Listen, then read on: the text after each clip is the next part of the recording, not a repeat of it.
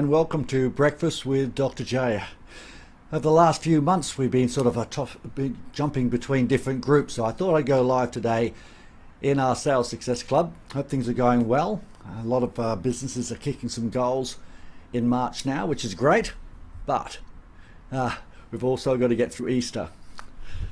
Got a funny topic to talk about today, and if you come on live, please say hello, put it so we can know where you are, where you're from.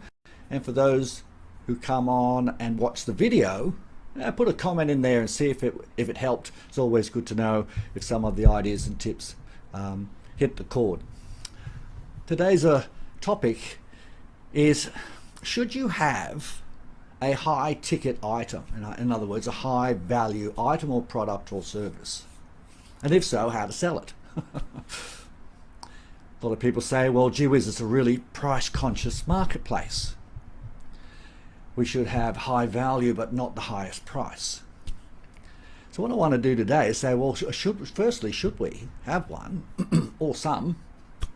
And if that is the case, how do we get people to buy it?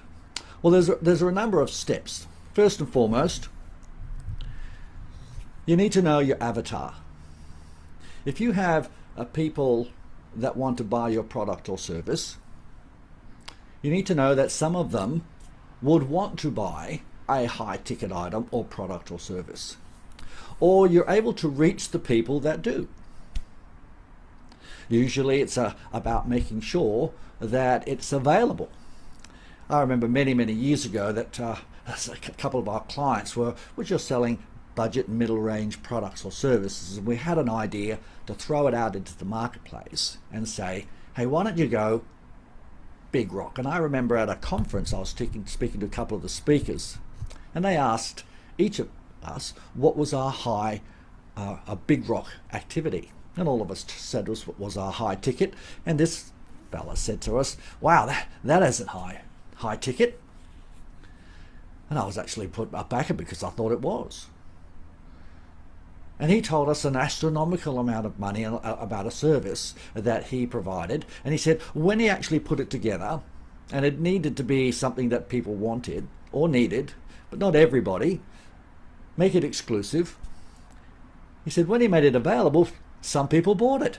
Fancy that.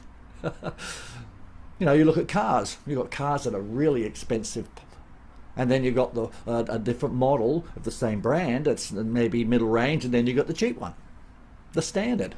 There's always someone that's going to buy the one that's more expensive, that's more luxurious, that gives you higher status. Whatever your product or service gives, there are people out there, if it is a quality product or service and gives people either status or fixes a big problem, let me tell you now, they will buy it. But you've just got to get the eyeballs on the product or service. So you've got to do some research. So the first question is, should you? And I say, yes, you should. All of you should look at what you have and say, what can I do to have a high ticket item or product or service or both bundled together and make it available to your clients, existing clients and also new ones. The easiest place to go is your existing people. And this is what I'm going to ask you to do. Find out that they would want to use it. If you've got already let's say a network of people that buy your products or services, what I'm going to suggest you do is you go to market and say, hey, we found out this problem, or this is what people are looking for, and it's not available anywhere else. We fix this problem, or it gives you this status. In other words, make it exclusive. Go to your existing client base and find out. Okay? Now, usually asking them is a better idea than sending out survey monkeys. And that might be a little bit laborious, but you know, at the end of the day, you're connecting with people you already know. So find out if they would use it, and then ask the question, why? Why would you use it? Why would it be important for you to have that product or service? If they say it's status, you say, well, it's going to be expensive, but it's a great value, and it's highly unique, which will come to the next step. So the question earlier was, should I have a high ticket item? And the answer is yes.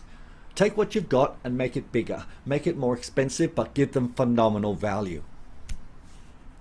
Then find out from your clients if they would want that product or service. Don't go to market until you do the research. All right. Now the second step. Do you know why they should buy it? Why should someone buy that high product or ticket or item? Why should they buy it? What's in it for them? And why shouldn't they just buy something different that's less expensive or has a perceived value in the marketplace? You have to know that answer. This process is called USPing, which I'm going to cover in a moment.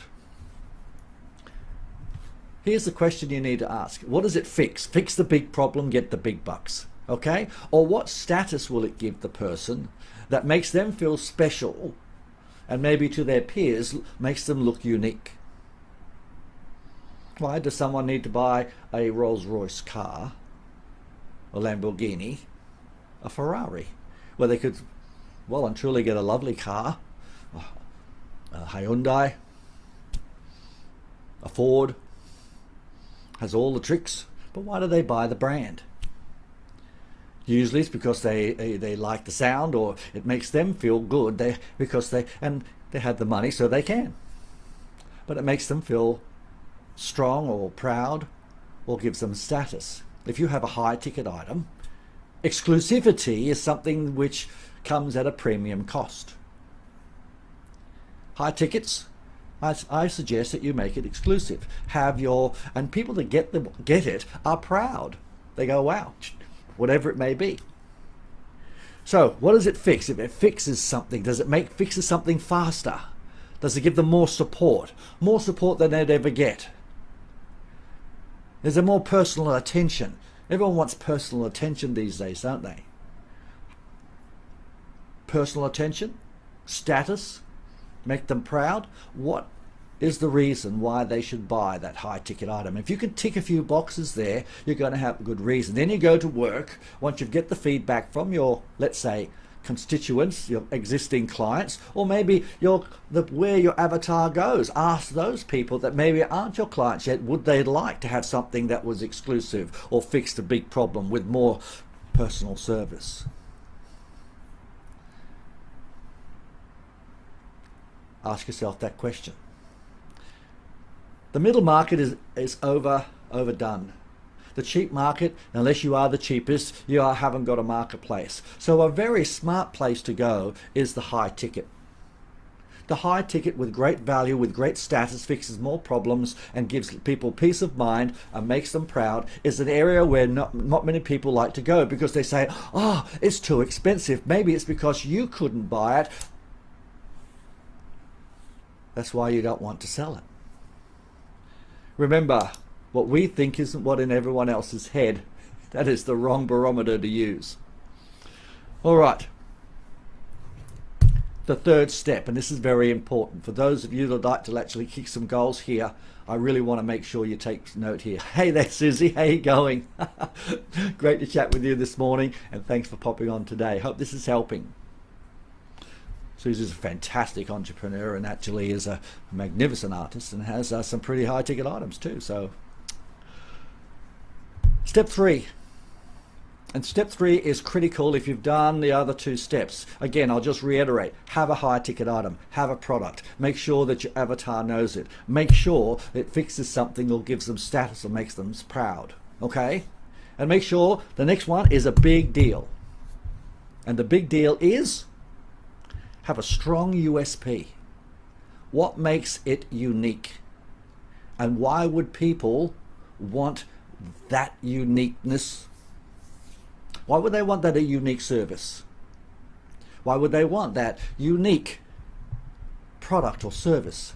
Fragrance, way it's done. Maybe it's done faster. Makes it's absolutely hypnotic. It's actually can't get it anywhere else. It's priceless. It's only available here from us. We're the only people. When you are the only people that supply it, that's a big deal. But why would they want it? Let's we go back to this first step. I can assure you, if the pain of paying the high ticket is less than the pain of going without it, they don't have the status, they don't have, let's say, feeling proud, feeling good about themselves, or it's fixing a big problem, they will buy it. You've obviously got to go to people that have the money. So that's where we go back to the avatar. One of the last things I'd like to cover here is if you're selling a high ticket item, you might want to trial getting it out into the marketplace. Get it out into the marketplace early. Get some people to give it for them at cost. Not a lot, say here. And have the people that are advocates of your brand, but also are well connected. You have these advocates. You start off and say this to an advocate that is, let's say, well known. It goes in the circle of the people that would buy that product or service. And you would give it to them either for, let's say, for free or at cost. So they can actually spruik it for you and have people using that product or service using it. They might, as I said, this could be a fragrance. They go, wow, that's phenomenal. Where did you get that? Oh, all of a sudden, give it to people that will be heard or will be seen. If you do this, and you then have someone that's out in the community that is respected, that has the trust, as an advocate, as an ambassador, and people start talking about it. See, because as soon as you launch, you should have been having people talking about it for the launch. It's coming, it's coming, it's coming. So in your marketing to those people, you have to have people already having a bit of a feel of what you have, or having people talk about it first. An advocate is a strong ally. Do this well, and have, I would know, probably 2, maybe 3, no more. Get them out into the marketplace. I tell them, I'd love you to be my advocate, my ambassador, and I need your help to get it in the marketplace. And if it is exclusive, they're using your product or service, and people are seeing it and they talk about it, guess what? That's social proof. You don't just give it to your best mate that stays at home all the time or wouldn't tell anybody. Let me assure you, an advocate or an ambassador makes a huge difference. So in summary, should you have a high ticket item? Absolutely. Remember, a high ticket item is going to be something that not everyone's going to buy. But make sure you market it to, and do your research first. And make sure you market to people that need it. Why would it be unique? And make sure that they want it. All right, gang. Well, thanks for joining me today. Hope that helps, and put some comments down below. And if you'd like to go through, let's say, a 30-point scorecard, just pop it in the bottom. But make sure that you take some action on some of the things. If you don't have a high ticket item, maybe get one. If you've got one, get that advocate. Get those USPs. Make sure you know why someone should buy it. Status, fix the big problem. And last and foremost is make sure, and it is important, you market it to the people that would want that status or wanting those things fixed. I'll just reiterate the last comment. That advocate, that ambassador that gets it out there, that is a well-known person, that is respected, will make a massive difference. All right, gang, I'm Dr. J, and we'll see you soon. Bye for now.